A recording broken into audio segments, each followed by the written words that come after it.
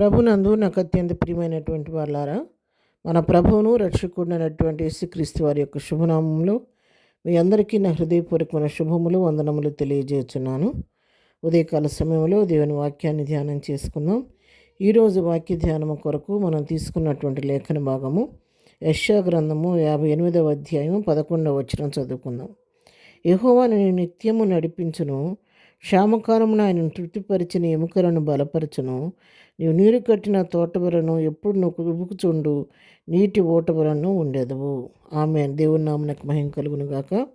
ఇక్కడ దేవుడు తన బిడ్డలకు ఇస్తున్నటువంటి వాగ్దానం ఎలా ఉంటారంటే, యెహోవా నిన్ను నిత్యము నడిపిస్తాడు. ఆయన అన్నాడు, నేను విడిచిపెట్టే దేవుడు కాదు. అంతేకాదు, నువ్వు ఎట్లా ఉంటావంటే క్షామకాలంలో కూడా ఆయన తృప్తిపరిచిన ఎముకలను బలపరచును. కరువులో కూడా నీ కొదువు అనేది రానివ్వకుండా ఆయనను తృప్తిపరిచి నీ ఎముకలను ఆయన కృంగిపోనీకోకుండా తృప్తిపరిచి బలపరుస్తాడని చెప్పి దేవుని వాక్యం సెలవిస్తుంది. ఇంకెలా ఉంటుందంటే, క్షామం వచ్చినప్పుడు లేదా కరువు కాలంలో ఆహారం లేక ప్రజలు ఎంతో కృషించిపోతూ ఉంటారు. కానీ దేవుని బిడ్డలైతే ఎలా ఉంటారంటేనంట, వారు నీరు కట్టిన తోట వలె, నీరు కట్టినటువంటి తోట చక్కగా నవనవలాడుతా ఎట్లా ఉంటుందో అట్లాగా వారు నిత్యం నీరు కట్టిన తోటలాగా ఉంటారంట. నిత్యం ఉబుకుచున్నటువంటి నీటి ఓటలాగా ఉంటారంట. ఒక ఓట దగ్గరికి వెళ్తే అది నువ్వు ఏ టైం నీళ్ళు చూసినా కూడా నీరు దానిలో ఉబుకుతూ ఉంటాయి. అలాగ దేవుని బిడ్డలు ఎప్పుడు కూడా ఇప్పుడు ఉబుకుచుడే నీటి ఓటలాగా ఉంటారని దేవుని వాక్యం సెలవిస్తూ ఉంది. తన బిడ్డల పక్షంగా ఆయన చూపే కృప ప్రత్యేకమైనది ఉంటుంది. కాబట్టి ఆయన వారిని ఇప్పుడు నిత్యం నడిపిస్తూ ఉంటాడు. కరువైనా ఏదైనా సరే ఉపద్రవమైనా కూడా విడిచిపెట్టుకోకుండా వారి కంటికి రెప్పలా కాపాడుతూ ఉంటాడు. వారిని తృప్తిపరుస్తూ ఉంటాడు. వారి జీవితాల్లో కొదువనేది రానివ్వకోకుండా సర్వసమృద్ధిని ప్రభువు అనుగ్రహిస్తూ ఉంటాడు. వారి ఎముకలను బలపరుస్తుంటానని చెప్పి వాక్యం సెలవిస్తుంది. ఒక తోట ఏ విధంగా నవనవలాడుతూ నీరు కట్టిన తోట అట్లాగా వారి జీవితాలు ఎంతో సస్యశ్యామలంగా ఎంతో ఫలభరితంగా ఉంటాయని దేవుని వాక్యం సెలవిస్తుంది. అంతేకాదు, నిత్యము ఊరేడి నీటి బొగ్గలాగా ఉంటారని వాళ్ళు దేవుని వాక్యం సెలవిస్తుంది. కాబట్టి మనం దేవుని బిడలమై ఉంటే, ఆయన విశ్వాసం ఉంచిన వారైతే దేనికి భయపడాల్సిన పని లేదు. ఎందుకంటే ఆయన మన నిత్యము నడిపించేది. నిత్యము అంటే ఎప్పటి నుంచి ఎప్పటివరకు నడిపిస్తాడు అని మనం ఒకసారి గమనించినట్లయితే యెషయా గ్రంథంలోనే 46వ అధ్యాయం 2వ వచనం నుంచి చదువుకుందాము. 3వ వచనం, గర్భమున పుట్టినది మొదలుకొని నా చేత భరింపబడిన వారులారా, తల్లి ఒడిలో కూర్చున్నది మొదలుకొని నేను చంకబెట్టుకున్న వారులారా, నా మాట ఆలకించుడి. ముదిమి వచ్చే వరకు నిన్ను ఎత్తుకొని వాడను నేనే, తల వెంట్రుకలు నెరవి వరకు నేను ఎత్తుకొని వాడను నేనే చేసి ఉన్నాను. చంకని పెట్టుకొని వాడను నేనే, నేను ఎత్తుకొని రక్షించేవాడను నేనే.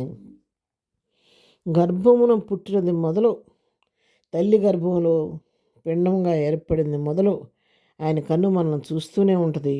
ఆయన మనం భరిస్తూ వస్తున్నాడంట. గర్భమున పుట్టినది మొదలు నా చేత భరింపబడిన వారిలారా, ఆయన మనం భరిస్తూ ఆదరిస్తూ సంరక్షిస్తూ వస్తున్నాడు. తల్లి ఒడిలో కూర్చున్నది మొదలుకొని నేను చంకబెట్టుకున్న వారిలారా అంటున్నాడు.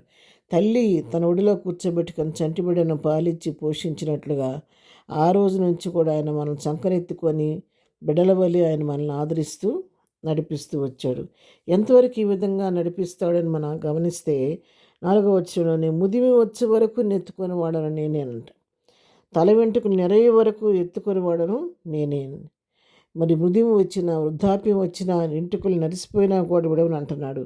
అంతేకాదు, నేనే చేసినా, నేనే చంకబెట్టుకున్నాను కాబట్టి నేను ఎత్తుకొని రక్షించేవాడని కూడా నేనేనని చెబుతున్నాడు. అవును, మన దేవుడు గర్భంలో పుట్టిన మొదలు మన మరణ పర్యంతం ఆయన నడిపిస్తూ మన జీవితాల్లో ఏ కొదువు కొరత రాకుండా మనం కాచి కాపాడే దేవుడు. కాబట్టి అటు దేవునికి మనం ఎంతగా రుణస్థులమై ఉన్నాం. అటు కృపపైన ఆధారపడదాము. అటు దేవుని యందు విశ్వాసం ఉంచి ధైర్యంతో ముందుకు సాగిపోదాం. ప్రార్థన. ప్రేమ కలిగిన తండ్రి, పరిశుద్ధుడా, నీకు వందనాలు. ఉదయకాలం మాకు ఇచ్చిన మంచి వాగ్దానం బట్టి నీకు వందనాలు. అవును ప్రభు, ఇంతవరకు నడిపిస్తూ వచ్చావు తండ్రి. ఇక ముందు కూడా మీరు నడిపించండి. అన్ని పరిస్థితులు చాలిన దేవుడుగా ఉండి మాతో కూడా ఉండి మమ్మల్ని నడిపిస్తున్న నీ ప్రేమకై నీకు వందనాలు చెల్లించుకుంటున్నాను. ఇక ముందు కూడా ప్రభువా నీ కాపుదల కింద మమ్మల్ని అప్పగించుకుంటుండగా మీరే మాకు ముందు నడిపించండి. ఇదనే మేము చేయి పనిపాట్లు రాకపోకలు తోడుగా ఉండండి. చేస్తున్న ప్రయాణాల్లో నీ భద్రత కాపుదల క్షేమం దయచేయండి. ఇదైనా బర్త్డే మ్యారేజ్ చేసుకుంటున్న బిడ్డలను దీవించండి, ఆశీర్వదించండి. వారి జీవితాలు ఏ కొదువు లేకుండా సహాయం చేయండి. ఇదనం ప్రభువా ప్రతి వారి అవసరక్కని కృపా మహదేశంలో తీర్చమని యేసునామములో ప్రార్థించడి పొందుకొని ఉన్నాము తండ్రి. ఆమెన్. ప్రభు కృప సదాకాలం మనందరికీ తోడేయుడు నడిపించునుగాక. ఆమెన్.